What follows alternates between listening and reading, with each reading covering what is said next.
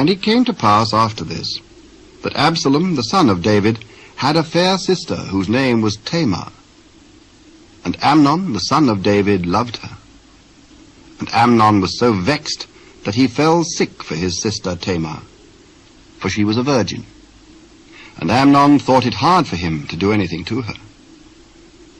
But Amnon had a friend, whose name was Jonadab, the son of Shimeah, David's brother. And Jonadab was a very subtle man. And he said unto him, Why art thou, being the king's son, lean from day to day? Wilt thou not tell me? I love Tamar, my brother Absalom's sister. Lay thee down on thy bed, and make thyself sick. And when thy father cometh to see thee, say unto him, I pray thee, Let my sister Tamar come, and give me meat, and dress the meat in my sight, that I may see it, and eat it at her hand. So Amnon lay down, and made himself sick. And when the king was come to see him, Amnon said unto the king, I pray thee, let Tamar my sister come, and make me a couple of cakes in my sight, that I may eat at her hand. Then David sent home to Tamar, saying, Go now to thy brother Amnon's house, and dress him meat. So Tamar went to her brother Amnon's house, and he was laid down. And she took flour, and kneaded it, and made cakes in his sight, and did bake the cakes. And she took a pan, and poured them out before him. But he refused to eat. And Amnon said, Have out all men from me. And they went out every man from him. And Amnon said unto Tamar, Bring the meat into the chamber, that I may eat of thine hand. And Tamar took the cakes which she had made, and brought them into the chamber to Amnon her brother. And when she had brought them unto him to eat, he took hold of her, and said unto her, Come, lie with me, my sister. Nay, my brother, do not force me, for no such thing ought to be done in Israel. Do not thou this folly. And I, whither shall I cause my shame to go? And as for thee, thou shalt be as one of the fools in Israel. Now therefore I pray thee, speak unto the king, for he will not withhold me from thee. Howbeit he would not hearken unto her voice, but being stronger than she, forced her, and lay with her. Then Amnon hated her exceedingly, so that the hatred wherewith he hated her was greater than the love wherewith he had loved her. And Amnon said unto her, Arise, be gone. There is no cause. This evil in sending me away is greater than the other that thou didst unto me. But he would not hearken unto her. Then he called his servant that ministered unto him, and said, Put now this woman out from me, and bolt the door after her. And she had a garment of divers colours upon her, for with such robes were the king's daughters that were virgins apparelled. Then his servant brought her out, and bolted the door after her. And Tamar put ashes on her head, and rent her garment of divers colours that was on her, and laid her hand on her head, and went on crying. And Absalom her brother said unto her, Hath Amnon thy brother been with thee? But hold now thy peace, my sister, he is thy brother. Regard not this thing. So Tamar remained desolate in her brother Absalom's house.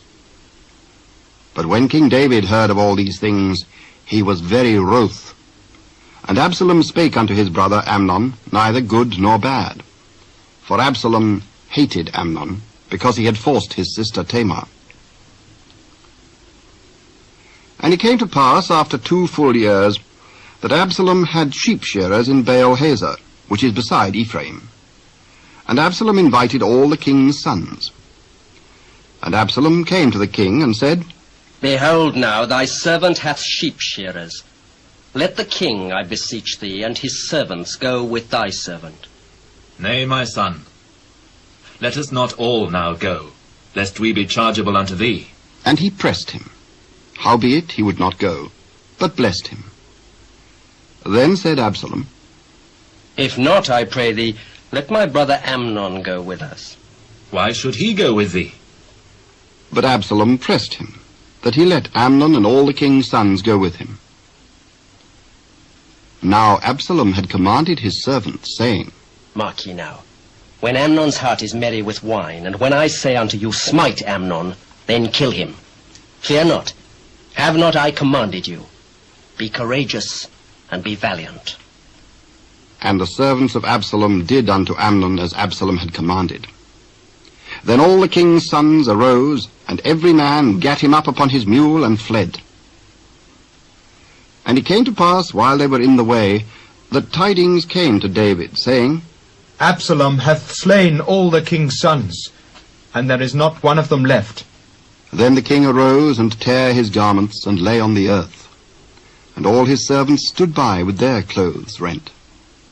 And Jonadab, the son of Shimeah, David's brother, answered and said, Let not my lord suppose that they have slain all the young men, the king's sons, for Amnon only is dead. For by the appointment of Absalom, this hath been determined from the day that he forced his sister Tamar. Now therefore, let not my lord the king take the thing to his heart, to think that all the king's sons are dead, for Amnon only is dead. But Absalom fled. And the young man that kept the watch lifted up his eyes and looked, and behold, there came much people by the way of the hillside behind him. And Jonadab said unto the king, Behold, the king's sons come. As thy servant said, so it is. And it came to pass, as soon as he had made an end of speaking, that behold, the king's sons came, and lifted up their voice, and wept. And the king also, and all his servants, wept very sore. But Absalom fled, and went to Talmai, the son of Ammihud, king of Geshur. And David mourned for his son every day. So Absalom fled, and went to Geshur, and was there 3 years. And the soul of King David longed to go forth unto Absalom, for he was comforted concerning Amnon, seeing he was dead.